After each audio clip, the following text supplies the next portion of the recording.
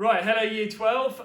Welcome to this online session that I'm doing for you about writing your personal statement. Hopefully any moment now you're about to receive a bundle of goodies through the post from us, all about writing your personal statement, which is something you're going to need for university, perhaps for employment as well. So what I'm going to do now, I'm just going to shortly go through for you how we write a personal statement and some tips for how you do it. So, to begin with, what is your UCAS personal statement? Your UCAS personal statement is a very important part of your university application. Okay, so you'll be logging on to UCAS, you'll be entering all your details, all your grades at GCSE, your predicted grades, and then there'll be this big thing called the personal statement. It's about a side of A4 typed up. Technically, they're after 4,000 characters or less, or 47 lines when you go to type it up. But as I said, about a side of A4 paper, and it has to be all about you.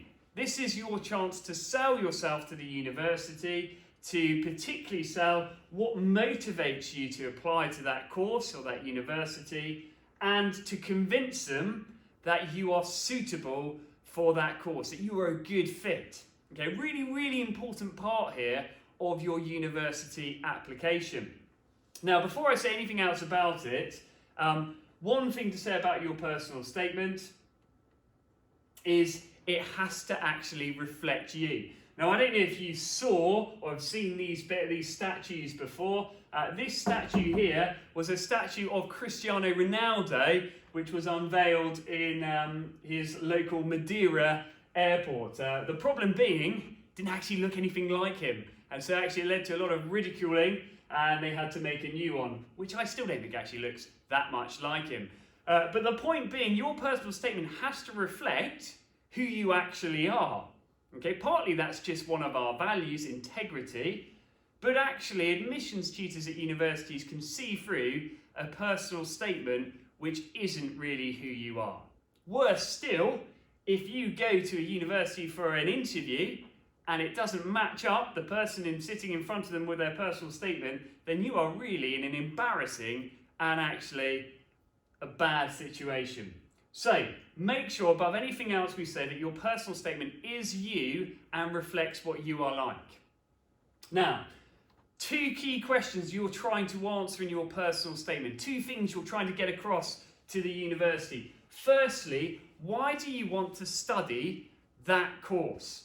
So, think about, why does that subject interest you? Perhaps give evidence to them that you understand what the course is and what it involves, what you will be studying. What have you learnt about the subject already? Perhaps you could link into what you've been doing in the sixth form or stuff outside of your lessons.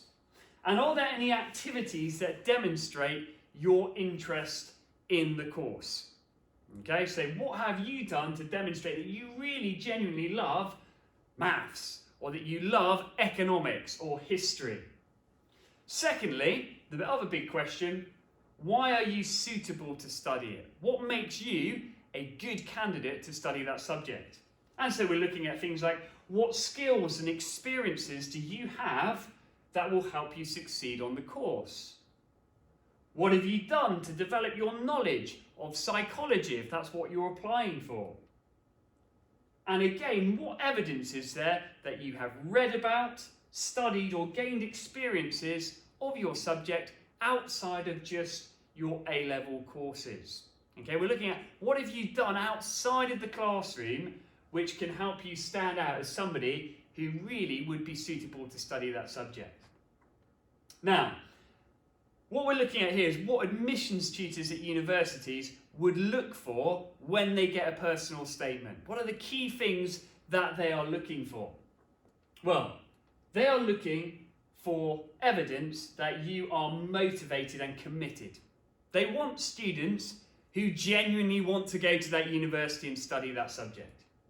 Secondly, they want to make sure you understand the course you have applied for. Okay, they want to know that you get it, that you know what you're getting yourself in for, and you know what you're going to be learning. They want evidence that you've got enthusiasm to go beyond the syllabus. That's the idea again, going beyond the classroom. They want evidence that you've got independent study skills, that you can study for yourself, that you can research, that you can manage your time well, that you can write well. Remember, this is an A4, really, piece of writing. And they want evidence of soft skills. That means not just academic qualifications, but evidence that you've got a wider skill set there. Perhaps good communication skills, good leadership skills, that you're able to persevere. And lastly, they are interested in your wider interests. What is it about you that makes you tick? Outside of all your kind of academic subjects, what do you enjoy doing, and what does that tell us about you and the type of person you are? So these are the things admissions tutors are looking for when they read your personal statement. And a question I've got here at the bottom, which of these are the most important? Because all of them are important, and admissions tutors want to see every little bit here. But some are a bit more important than others. And this is going to show you the ones in red are absolutely critical. These are the most important ones. And the one which is red and underlined means this is your number one priority. The most important thing you can get across in your personal statement is that you are motivated and committed. You really want to go there. After all, if I'm reading your personal statement, I need to know that you really want one of the places I've got to give away. So above anything else, you need to convince them that you are really genuinely enthusiastic and interested in that subject and that university, and that you really want to go there. Second, in probably importance, that you really understand the course that you've applied for. Okay, so perhaps talk about what parts of the course interest you, which modules you're looking forward to doing the most. And soft skills. Can you demonstrate to them that you are generally a good egg, a good student, that you're somebody who's going to work hard, that you're somebody who's going to take the initiative, who's disciplined, a good communicator, all those things that a university would want from any student. So these ones in red, the most important parts of a personal statement. After that, we've got these ones in orange. Okay, they're kind of the next layer down in terms of what we'd be looking for. Okay, is there evidence that you've gone beyond the syllabus? I mean, that would play in to your motivation anyway. But is there evidence that you've done stuff outside the classroom because you're just so into that course and that subject? Is there evidence that you've got good independent study skills, that you can work by yourself without a teacher leaning over you? Because that's going to become really, really important at university.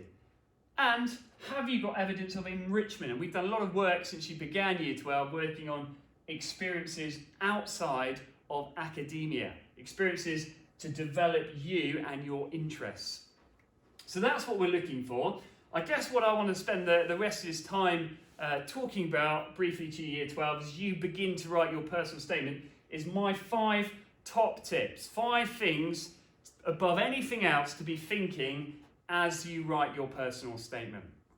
So, number 1, we've said this already, motivation. Be relentlessly positive about your subject choice. Now, what we mean here is don't just use kind of exaggerated words like I'm passionate, I'm enthusiastic, ever since I was 2 I wanted to study business, because I don't think really universities buy that. Actions speak louder than words. What have you done that you can evidence that you are really motivated to study that subject? So it might be that you've done some work experience, obviously really important if you're applying to things like veterinary or medicine. It might be that you've got career aspirations and obviously your subject is really important for that. If so, tell them. But be really specific. Which parts of the subject excite you? That demonstrates that you're motivated. Which parts of the university course are you really looking forward to do and why? Tell them. And above all, and this is why it's in bold and red at the bottom, research. Research. Give lots and lots of evidence here that you love the subject you've applied for. It should come across in the way you write, the terminology you use. If you're applying to do a geography degree, talk about geographical things. Use geographical vocabulary. Okay, it's got to be about your subject. Why do you love your subject? What have you done outside of the classroom that demonstrates you really love your subject? So tip number 1 has got to be motivation.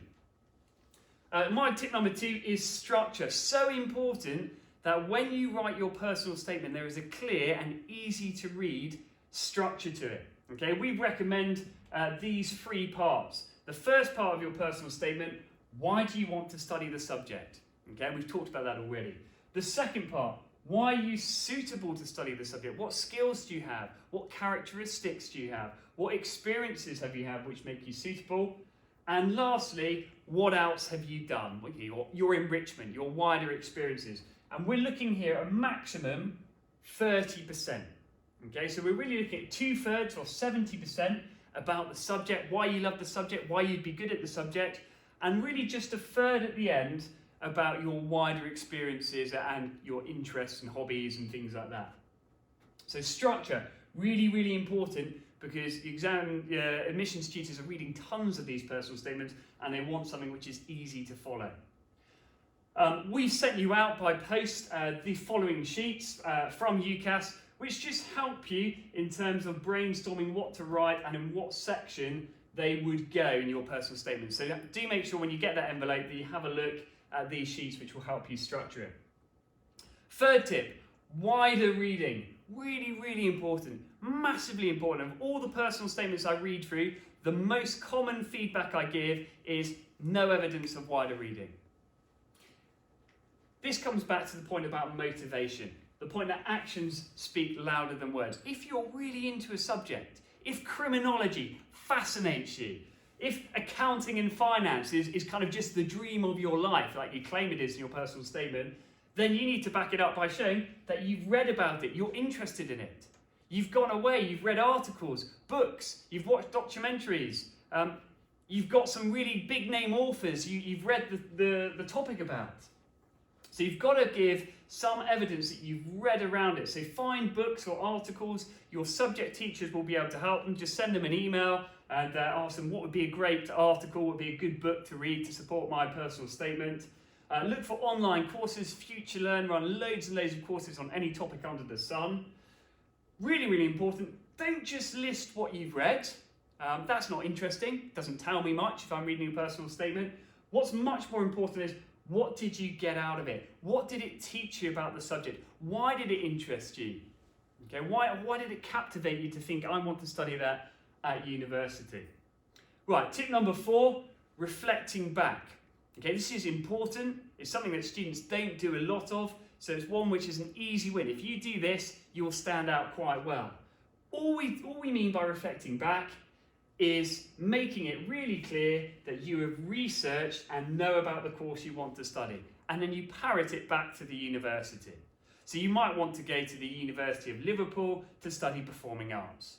We'll go on the website, find out about performing arts at the University of Liverpool, how's it assessed, any potential trips, performances, modules, and then in your personal statement, refer to it. Say, one of the things I particularly like about this course is that it's got the opportunity to do this performance. Or, I really, really was intrigued by this module about this. Okay, it just makes it really clear to the person reading it that you have actually done your research and you genuinely really want to do that course at their university.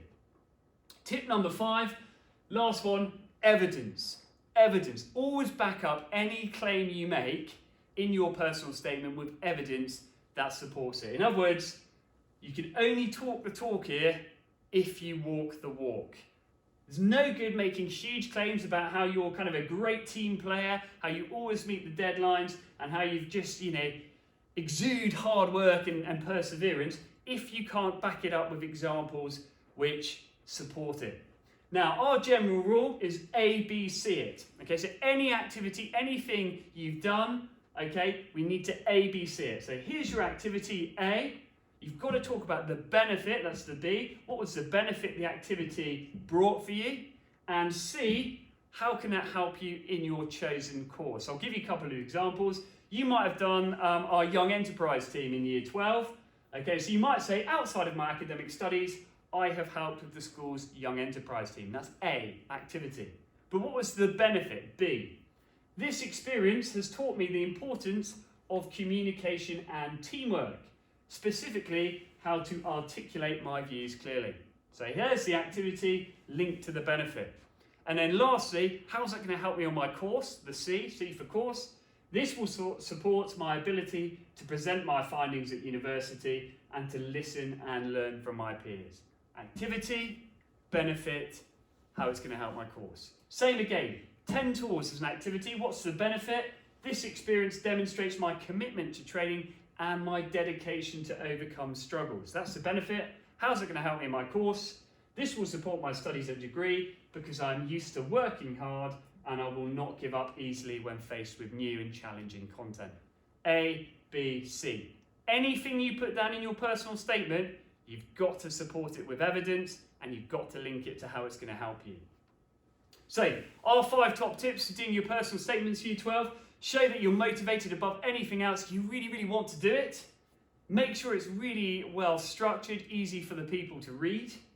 Cite wider reading. You must have read about your subject outside of school. Reflect the course. Show that you've researched it, you understand it. And lastly, any claims you make must be supported by evidence. 3 quick no-nos as well, just to put in. These are things not to do.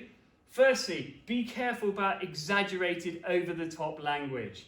Using words like amazing, incredible, unbelievable. Okay, then they're often not the best words to use. Likewise, plagiarism. Please do not just copy stories and bits of it from the internet. So one year there were 234 people who applied to UCAS, all saying, ever since I accidentally burnt holes in my pyjamas after experimenting with a chemistry set on my 8th birthday, I've always had a passion for science. Now, I don't think you need me to tell you it's highly unlikely that 234 people all had that same experience on their 8th birthday. It's plagiarism. Please don't do it. Lastly, bad English. Okay, remember they're looking for your writing skills. This is an A4 piece of writing. English is like a second language to I. Okay, terrible example of English. I think of myself as a worm-hearted individual. Okay, in other words, make sure that you get somebody else to read through it, that you spell check it, that you go through it with a fine comb to make sure the English stands up. Because your personal statement might be excellent and go straight in the bin because it doesn't flow. It isn't well written in terms of punctuation, grammar. Remember, above all, what do we want to do in our personal statement? We want to stand out. And the ultimate question you may want to ask at the end of your first draft is, what have you got that most candidates don't? How are you going to stand out as selling yourself and make yourself look different from everyone else? And it's worth bearing in mind at this point that the average amount of time taken to read a personal statement is just under 2 minutes. Okay? Not very long at all for all the work that you guys are going to put in. Perhaps a bit disheartening to tell you that at this stage.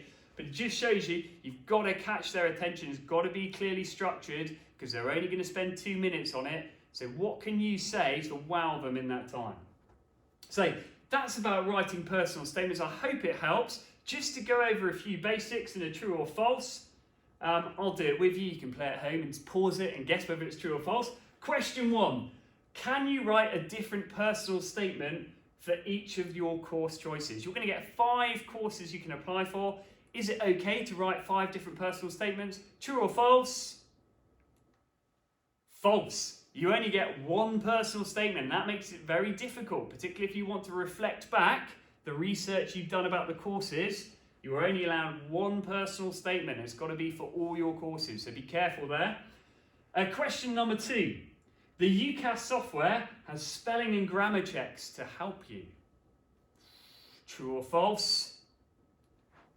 It is false. Okay, when you go onto the apply section in UCAS, they will not spell check your work. So make sure you do it in Word first, and even better, make sure firstly you reread it properly, and secondly you give it to an adult, a parent at home, or one of your teachers or your tutor to read through to make sure that it reads well and that the English is good. Question number 3. A personal statement should include at least 2 or 3 specific details about the course you're applying for. True or false? This one is true. Absolutely. The personal statement should reflect that you have researched the university and the course. Okay, it demonstrates again that you're interested and that you're motivated. Question 4. A well-structured personal statement that flows is the most important thing. True or false? I would say true, okay? Because there's nothing more frustrating when you're reading these things than a personal statement that's all over the place. Remember, only 2 minutes they're going to take to read yours. It's got to flow and be well structured. Number 5, most of the personal statement should be about wider experiences and hobbies and interests. True or false? I'm hoping you'll get this one. It is most definitely false, okay? The personal statement should mainly be about the course, why you want to study it, and why you would be suitable for it. You're applying to study a course, you're not applying to do cricket, okay? So first and foremost, talk about your course. And question 7, there's no problem in using material I've found off the web. I'm preempting a lot of you here in year 12. I'll just find something off a website and shove it in. You should know the answer to this. Obviously false. There is a problem with that. All personal statements are checked by UCAS's copycat system to see if they're similar to other ones or if they're plagiarised things. So please do not do that. Last one from me then, question 7. You should give evidence for every claim you make in your personal statement. Hopefully you've got that. We hit that one pretty hard earlier. That is true.